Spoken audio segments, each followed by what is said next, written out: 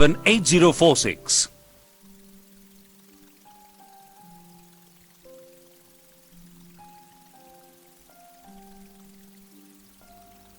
पहले भाग में आपने सीखा था राजनीति और राजनीतिक सिद्धांत का अर्थ, उपयोगिता और अंतर। आज हम राजनीतिक सिद्धांत के कुछ और पहलुओं की जानकारी लेंगे। एक विद्यार्थी इस विषय से रोज की दिनचर्या में कैसे मूल्य ग्रहण करता है और अपनी सरकार इत्यादि के विषय में अपनी सोच को किस गहराई से देखता है। आओ हम राजनीतिक सिद्धांत का क्षेत्र देखें। पहला, राज्य और सरकार। राजनीतिक सिद्धांत और शास्त्र के अध्ययन का मुख्य विषय राज्य है। भूत और वर्तमान दोनों स्वरूप में हम इसे जान सकते हैं। दूसरा, शक्ति का अध्ययन।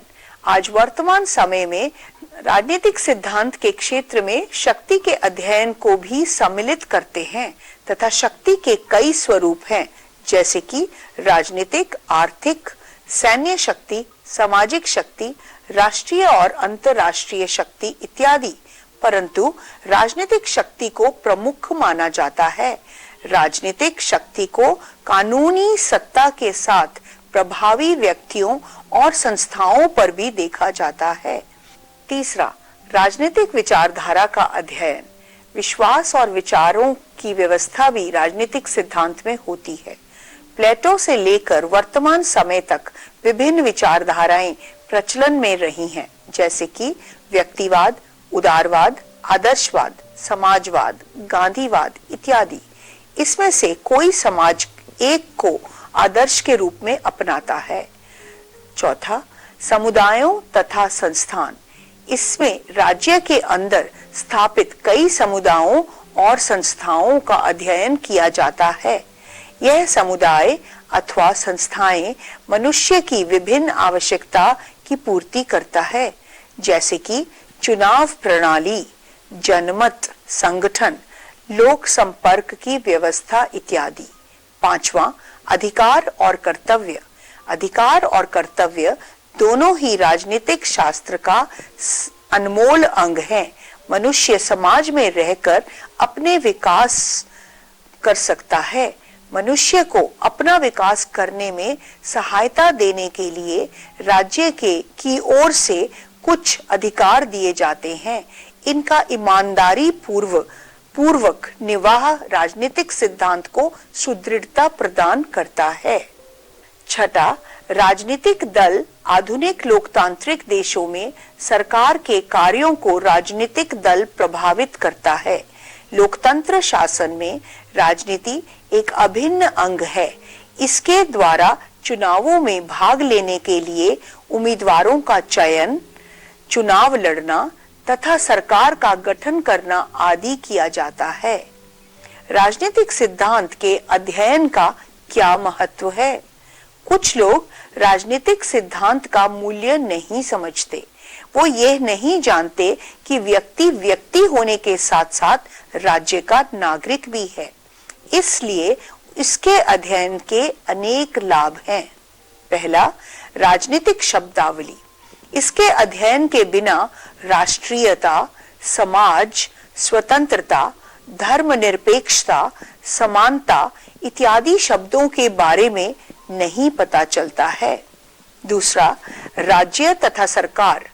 राजनीतिक शास्त्र का मुख्य विषय राज्य तथा सरकार है। इसके अध्ययन से यह पता चलता है कि राज्य की उत्पत्ति कैसे हुई, राज्य क्या है, उद्देश्य क्या है, सरकार के कौन कौन से अंग हैं इत्यादि। तीसरा, राज्य तथा व्यक्ति का संबंध। इसके अध्ययन से राज्य तथा व्यक्ति के संबंध का ज्ञान प्राप्त होता है। यदि दोनों के संबंध अच्छे हों तो समाज का विकास होता है। चौथा, अधिकार और कर्तव्य।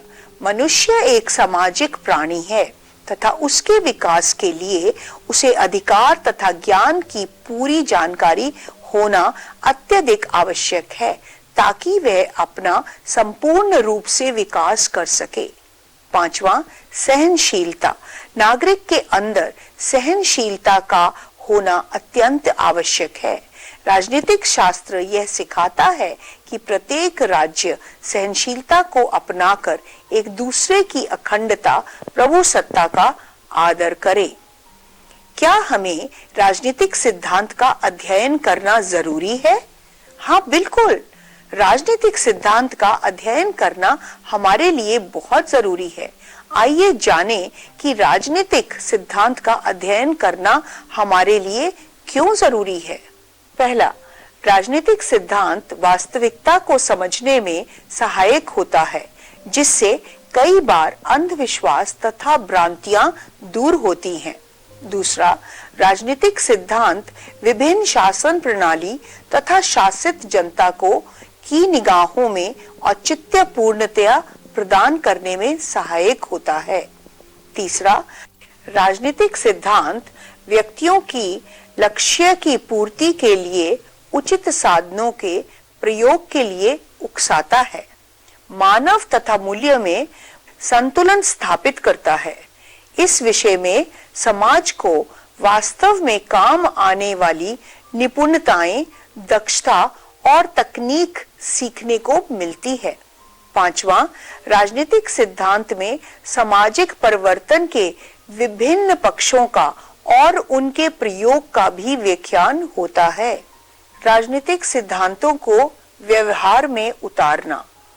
क्या आपने कभी गौर किया है कि सरकारी कार्य में कुछ काम क्यों अटक जाते हैं? डॉक्टर के यहाँ प्रतीक्षा में कुछ लोग कतार तोड़ क्यों देते हैं? किसान को अपनी खेती के अनाज का सही मूल्य क्यों नहीं मिलता है? या बच्चे स्कूल क्यों नहीं जाते? क्यों उनको अपना पेट भरने के लिए काम करना पड़ता है? इत्यादि। परंतु राजनीतिक सिद्धांत के द्वारा जानने तथा समझने के बाद हमें अपने और दूसरों के व्यवहार को, दृष्टिकोण को बदलना पड़ता है। कहीं पर किसी को न्याय नहीं मिलता, काम के अनुसार वेतन न मिलना या किसी सरकारी अस्पताल में इलाज के दौरान किसी की मृत्यु हो जाना और दोष मरीजों पर डालना बहुत ही संवेदनशील विषय है।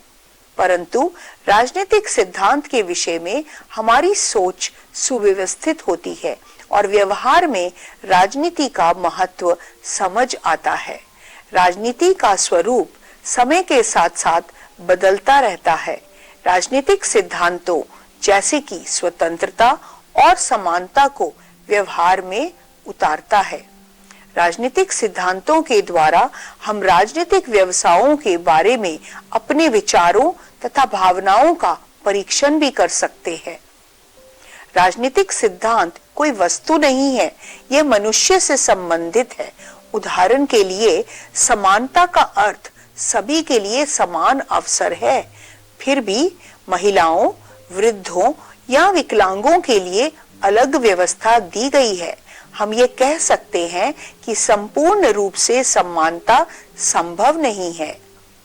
अब हम जानेंगे कि सरकार की भूमिका क्या है तथा वह किस तरह लोगों के जीवन को प्रभावित करती है। राजनीति में सरकारें भी एक महत्वपूर्ण भूमिका निभाती हैं। सरकार राज्य का अभिन्न भाग है। सरकार के बिना राज्य की स्थापना नहीं की जा सकती है। सरकार राज्य की एक ऐसी एजेंसी है जिसके द्वारा राज्य की इच्छा को प्रकट किया जाता है तथा उसे कार्यान्वित किया जाता है। राज्य के उद्देश्य की पूर्ति सरकार द्वारा ही की जाती है। राजनीति शास्त्र में हम अध्ययन करते हैं कि सरकार क्या है, इसके अंग कौन से हैं, इसके कार्य क्या हैं तथा इसके विभिन्न रूप क्या हैं इत्यादि। लेकिन राजनीति केवल सरकार के कार्यकलापों तक ही सीमित नहीं होती है, बल्कि सरकार जो भी कार्य करती है वह प्रासंगिक माने जाते हैं। हम देखते हैं कि सरकार हमारी आर्थिक नीति, विदेश नीति और शिक्षा नीति को निर्धारित करती है। यह नीतियां लोगों के जीवन को उन्नत करने में तथा उसके विकास करने में महत्वपूर्ण भूमिका निभाती हैं।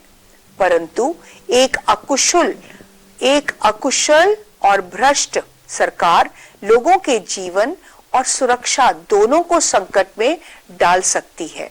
अगर सत्तारूढ़ सरकार जातियों और सांप्रदायिक संघर्ष को बढ़ावा देती है, जिस कारण देश में अशांति फैल जाती है और लोगों का जीवन अस्त व्यस्त हो जाता है, तो सरकार का कार्य उचित नहीं है।